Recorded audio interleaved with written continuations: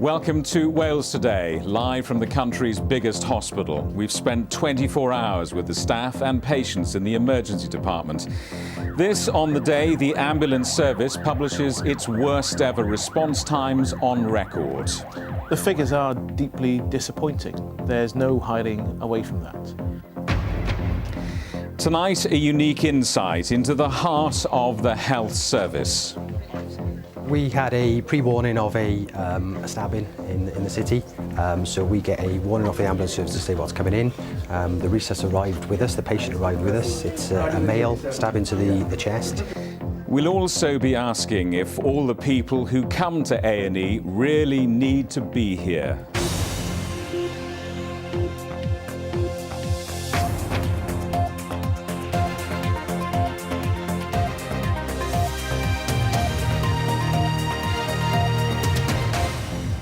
Also tonight, former Plaid Cymru leader Lord Wigley apologises after comparing Britain's Trident nuclear base to Auschwitz. And making it all add up, the plan to improve maths in our schools.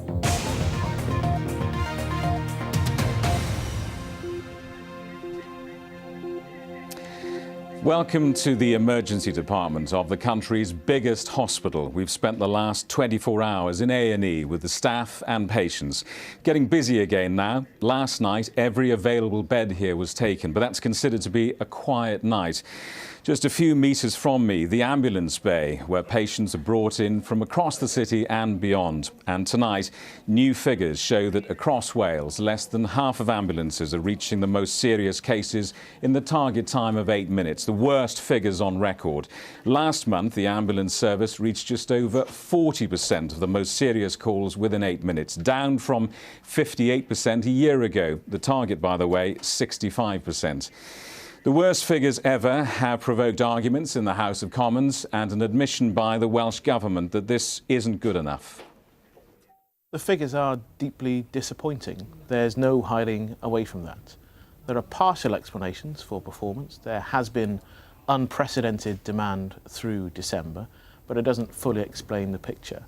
The challenge is for the whole service.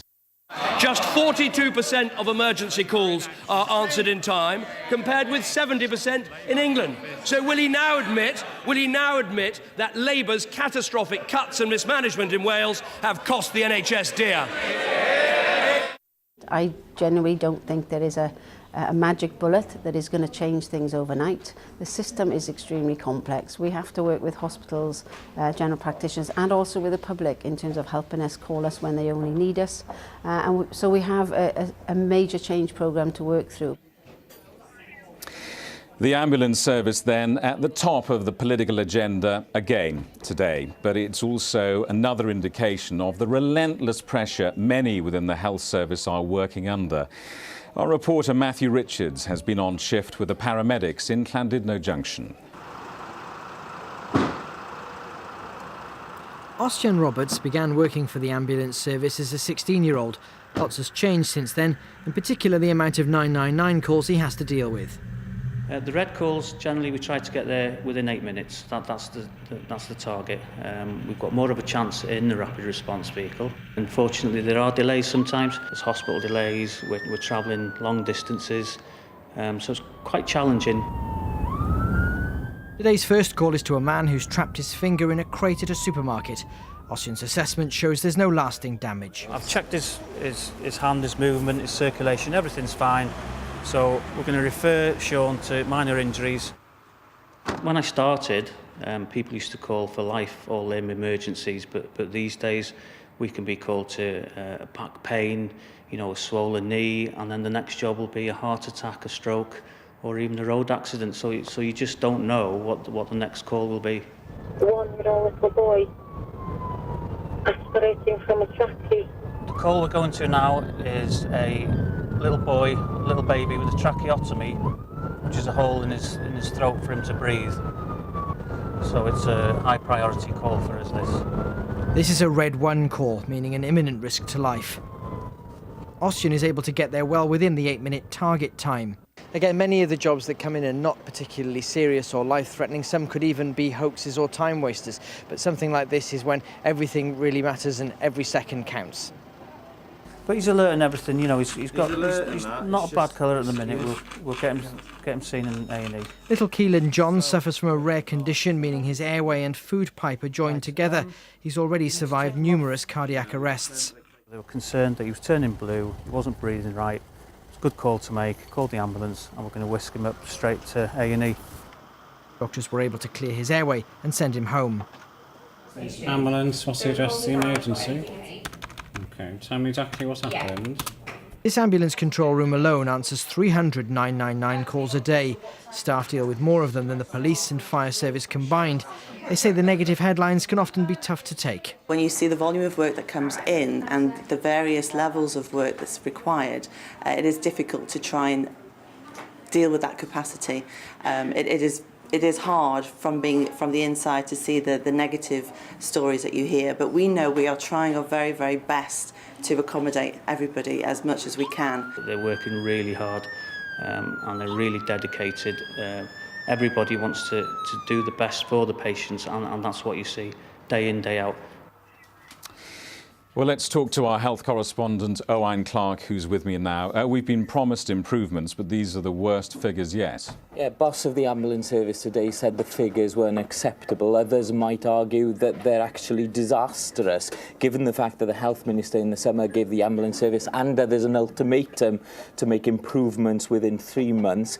That didn't happen. Consider as well that the service has been given lots of money, millions of pounds this year to buy new vehicles, to recruit staff, yet we're seeing a significant deterioration in performance. Now, these figures out today were for December. What we know is that departments such as this one, emergency departments across Wales, also had a really difficult January, which meant ambulances had to queue quite often outside them. So it's really hard to see where any improvement will come from. Owain, thanks very much. Well, this department, A&E, is seen as a bit of a barometer of how the whole NHS is performing. Why is the health service under such intense, relentless pressure? Owain spent 24 hours with the staff and the patients here. Okay, so airway, we're happy with this airway. When the going gets tough, it's this team's job to respond. It's just after 9 in the morning. A man with serious stab wounds has just been rushed in. However busy the emergency unit is, when a life's at risk, they'll get priority. It couldn't have been more different 12 hours before when we arrived. It's 10 p.m. and bar some walking wounded, reception is empty. I've just been told to come here by my physio. Yet things can change within minutes. Recess. 2 emergency cases come in, a suspected heart attack and a woman who's lost a lot of blood. Both will need to be moved to the wards, and that's the case for all the patients waiting in this area. The medical assessment unit is behind A&E. Patients come here to wait for beds to become available upstairs. GPs can also send patients here. Whether it's the middle of the day or, like now, the middle of the night, this place is never quiet, and staff are almost always stretched. Once we're full and the wards are full, the flow of the hospital is blocked. Nobody can have a real understanding unless you are here doing the job. It is really hard. This place can sometimes be overwhelmed by the number of elderly patients coming in, many over 90 years old. They often need complicated care and sometimes have to stay in hospital for a long time, which can lead to bed shortages. I have bronchiectasis and no end of the things wrong with me, which has brought me in here. Sort of an emergency, really. There are no beds available on the wards tonight, and this is a problem because it's not as comfortable for my mum as a proper bed would be. But hopefully there'll be something in the morning. Even after older patients get treated, they might need a lot of care at home, which can lead to delays in discharging them. It's a vicious circle. This winter, there were lots of cases of flu, and there was a longer period when GPs weren't working over Christmas and the New Year. Staff say the system almost buckled. Quite a few people were sick, actually. And therefore, we had to, barrier nurse them. We couldn't, put them in open spaces. We had to keep them in cubicles. So bits of this department are full, others are filling up. There are some real pressures on the system tonight, but you wouldn't have thought that if you looked at reception. It's virtually empty. That's why appearances can sometimes be deceiving. It's the early hours and time for another update, and there's worrying news from the ambulance service. So we have a couple of crews covering, which means for us that our calls will come in with greater distance of time between them. Just gives us a little bit of a breather. So ironically, having fewer crews out in the ambulance service does stagger things a little bit. It does, very much so, yes. So explain to me, so a couple of crews covering how big an area then? Cardiff and the Vale. All of Cardiff and the Vale, 2 crews? Yeah. We didn't have to wait long to see what she means. By 1 a.m. there were 28 patients waiting for beds to become available in the hospital. And it's a constant challenge. It's like it being a juggler, but you can't drop any balls. Once you start dropping balls, then that could mean patients' lives, that could mean putting patients at risk. So it's 1:30. The department is now full, so we've had enough ambulances in to fill majors, to fill surge capacity, and I've moved everything I can across to assessment units, so they are now full. From now on, it will be a very tight move through the hospital, it'll be 1 in, 1 out. And very quickly the result of that is this. No spaces inside mean delays in transferring patients from ambulances. Quite often recently they say, well, there's no space inside, so we have to wait outside with the patient, monitor them continuously until there's space. Well, recently is every day. Really? Mm-hmm. So you will have full A&Es queues every day? Put simply, it's a waiting game now for patients elsewhere in the hospital to be discharged so that those in A&D can move on. The ebb and flow continues for the next few hours, but all too soon, the pressure is on again. All right, so I'm going to talk to the radiologist. Yeah, please organise the CT scan as early as possible. The team's response means the stab wound victim is quickly out of immediate danger, but he's just one of around 400 cases they'll see today. They'll get little respite in a system that all too often these days is under pressure. Well, let's talk to Adam Carnes, the Chief Executive of Cardiff and Vale NHS Trust, and Sharon O'Brien, who's the lead nurse here. 6:45, give us a snapshot. How are things here now? It hasn't been a bad day for us in the emergency unit so far today. We've seen 236 patients so far today, which is not unusual. 65 of those have come by ambulance, and as we would strive for today, every patient that's come through the door has been seen in a timely and efficient manner. Now, we can't show you this on live television, but someone has just walked through here who's a little, how should we say, worse for wear. That's a good phrase, isn't it, for a family programme. I can't believe you're dealing with this sort of thing in a hospital. I think it's part and parcel of emergency nursing for us, really, just to deal with all the patients that come through and try and protect the patients that are here at the time as well. Do you not ever think as a nurse, what am I doing dealing with this? No, I think it's a profession that nobody goes into lightly, and I do think for the nurses that work here, you have to be it's a special nurse that wants to do emergency medicine, I think. I mean, you're in charge of the whole shooting match. I mean, what goes through your mind? And we're all standing here while someone walks past behind us who, should be at home sleeping it off, presumably. I mean, you don't want to be dealing with this as a hospital, do you? Well, I think we are here for all the needs that people have got. And I think despite the fact that society's changed over the years, I think Sharon and the rest of the gang here do a fantastic job under difficult circumstances, it has to be said. And these are difficult circumstances, aren't they? Well, they are, and I think there's no getting away from the fact that hospitals are getting busier, we're all getting older, and as a consequence of that, moving people through the system is becoming harder to do more quickly. 1:30 this morning here, the hospital was full. What does that mean? If I'm a patient and I rock up here and the hospital is full, what does that mean? I think for us what that means at 1:30 this morning that every space in the emergency unit and the assessment unit was full. So then we have to escalate early to make sure that we can try then and find some space within the hospital so that when the patients arrive on ambulances, we can move them into the emergency unit. And you've dealt with it well today. At the weekend, you were having to cancel operations. That's your call. I mean, what goes through your mind? You're the guy who says, right, well, actually, we're not going to do on Monday your hip operation or your knee operation. You make the calls. Yeah, and I think on Sunday we were in a particularly difficult situation. We have a plan for those circumstances, and about 3 o'clock in the morning we decided that we would make that call. And then during the course of the day, we redirected the staff to where they were needed. And actually, one of the things that we can say is that it worked. And the last couple of days have been much, much better as a result of the action we took on Monday. At the other end of the country, Betsy Cadwallader tonight saying that people who really are not ill shouldn't come to hospitals. I mean, that's an indication of how tight things are across the country, not just here. Well, that's been a message that we've been trying to get the public to work with us on for some time. And clearly, patients have got lots of choices. They can go to their pharmacist or their GP. Well, we'll talk about that more later. Thank you both for the moment very much indeed. Later in the programme, we'll be asking if everyone who comes to A&E really needs to be here. Nikki, back to you. Jamie, thank you. The rest of the day's news now, and the former leader of Plaid Cymru has apologised after comparing Britain's Trident nuclear submarine base to Auschwitz in an interview with the BBC. Lord Wigley's comments come the day after events across Europe to mark the 70th anniversary of the liberation of the Nazi camps.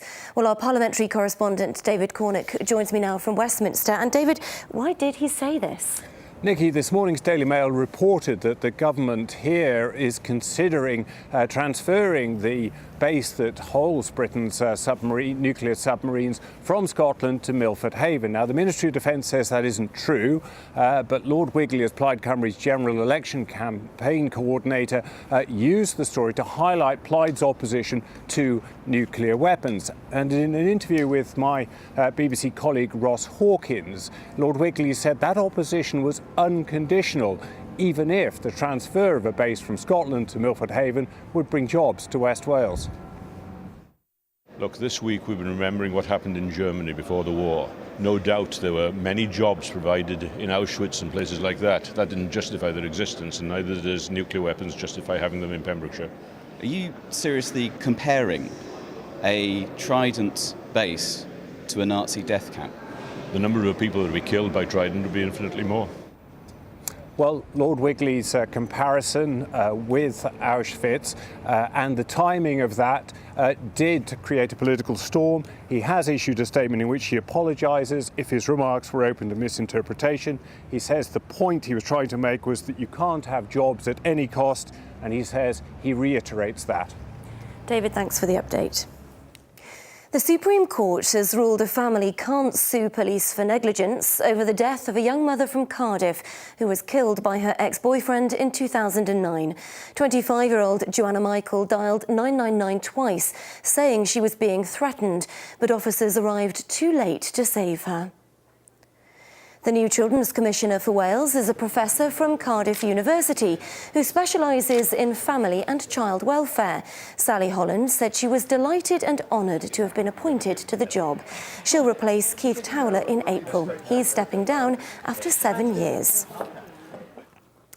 How to tackle Wales's poor record in mathematics. The reason behind bringing maths teachers together for the first national conference of its kind. It's part of a major drive ordered by Education Minister Hugh Lewis following last summer's GCSE results. Here's our education correspondent, Adwyn Jones. Maths is the worst performing core subject in Wales. Last summer, while GCSE results overall improved, in maths they slipped back. The world is moving forward in terms of what's demanded, particularly in technical and mathematical-based subjects and jobs. And if our young people are going to be on a level playing field with children in the rest of the world, then we need to get this right. Because of those well-known problems with maths in Wales, the Welsh Government has invited the head of maths of every secondary school in Wales here to Cardiff. And the message from the Education Minister this morning has been, well, the answer is here in this room. They all just need to work together more. Last year, annual numeracy tests were introduced to all pupils from the age of 7. Teachers welcome having extra accountability, but say it can also damage pupils' confidence. All pupils of a certain age need to sit exactly the same paper, regardless of their ability. So rather than seeing it as an opportunity to show what they can do, we feel that we have to prepare them for these tests, but eventually all they prove for some pupils is what they can't do. So what number have you got then, B? 50. Numbers will never be everybody's cup of tea, but many insist maths weaknesses should be addressed in primary, not secondary schools. This primary school in Bridgend concentrates on pupils as young as 7 who are struggling with maths through intensive sessions to catch up with their peers, and they've been working with nearby schools known as their cluster. The results have been exceptional. We've been able to have an average over the cluster of around 20 months progress in 3 months, which has allowed those children then to catch up with their peers. Schemes like that will take time to trickle through to better GCSE results. In the meantime, pupils like these and their parents are counting on maths improving. Well, that's all from me. Back now to Jamie in A&E. Jamie. Nikki, thank you. Well, this is the front door to the NHS, but do all the people who come here really need to be in A&E? Is there another way? Nick Pallett has been investigating. Tim Rogerson is a consultant in emergency medicine, normally based at Newport's Royal Gwent Hospital. But for a trial period, he's out on the road.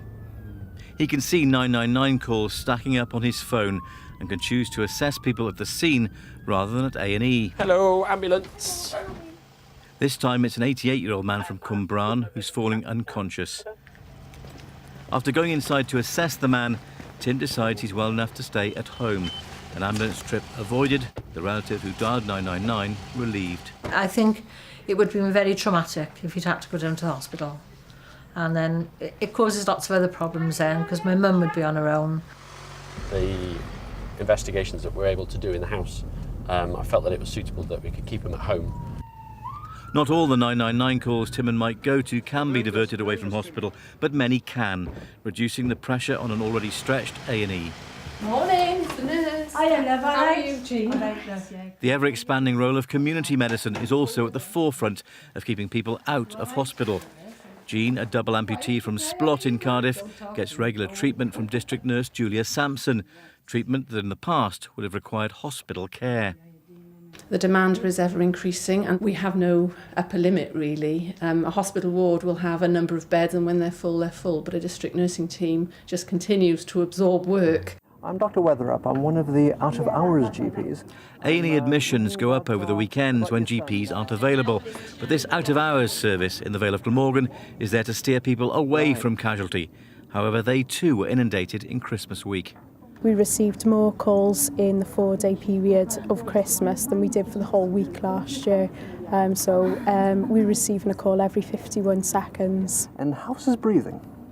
Here in Barry, they've teamed up with social services to make the out-of-hours and hospital discharge service more efficient. One of the GPs here says this model is the future. If the resources that we have can be used appropriately in primary care, and then resources perhaps moved where GPs now are doing some of the stuff that hospital specialists are doing, then if that is seen through, the prognosis is good. If it's not, then I have concerns.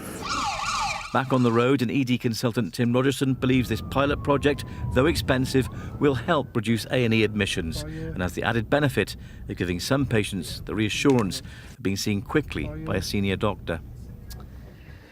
And our health correspondent, Owain Clark, is with me again. In theory, what we've just seen is meant to ease the pressure on places like this, but it's just not working. Yeah, I've been talking to staff over the past 24 hours and I think there is a general acceptance that despite extra funding, community services may not have kept up with demand. We talk a lot about the impact older patients have on the system. There's a theory here about the impact younger patients have on the system. A consumer culture. We demand treatment now on our terms rather than wait for tomorrow or next week. The problem is, Jamie, if the NHS was a factory and the production line didn't work, you could close the factory down. You haven't got that luxury in the NHS. Owain, thank you very much indeed. More from the hospital in just a moment. Let's catch up with what the weather has in store. Derek's got the forecast and snow heading our way. Yes, that's right, Jamie. There is a Met Office warning for snow in force for some parts of Wales in the next 24 hours. It's a yellow warning, which means be aware. The snow warning covers parts of North, Mid Wales, the valleys, Swansea and Neath Port Talbot. The snow will come in the form of showers, which means it will be hit and miss. A few centimetres in places, more on higher ground, but some places will have a dusting or no snow at all. So tonight, windy, some dry, clear weather, but wintry showers as well. Rain, hail, sleet and snow showers. The snow will settle in places, most of it above 150 metres or 500 feet. The temperature around freezing inland, just above on the coast. So here's the picture then for 8 o'clock in the morning. Cold and windy. There will be some dry, bright weather and sunshine, but wintry showers as well. And those showers will fall as snow in places with the risk of some travel disruption. The showers more of rain, hail or sleet on the north and west coast with a strong to gale force wind. So wintry showers tomorrow, then snow in places, but not everywhere. And I can promise some dry weather and sunshine as well. The temperature only 2 to 5 Celsius, but feeling below freezing in the wind. Now, tomorrow night will bring further showers or longer spells of rain, sleet, snow for some areas, strong to gale force winds as well. Friday, slightly less cold, the showers more of rain, snow confined to higher ground. The weekend, sunshine and wintry showers and colder on Sunday. Back to Jamie. Derek, thank you very much. Many GP surgeries are now closed. Patients who need a doctor come here after 24 hours watching staff here. You can only admire their dedication. As one nurse said earlier, the NHS is a victim of its own success. Medicine treats more conditions. We're all living longer. We expect more from our NHS, even though we don't always look after our own health. That's Wales Today. From all of us, good evening.